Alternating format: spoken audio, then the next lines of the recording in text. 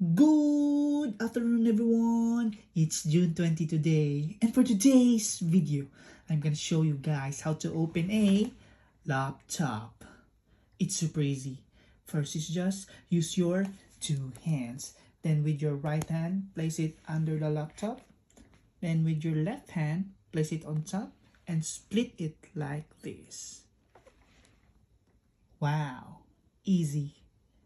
Again, closely. First is just use your two hands. Then simply place your right hand under the laptop like this.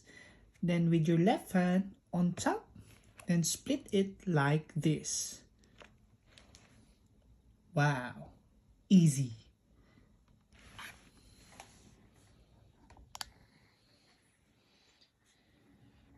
Peace.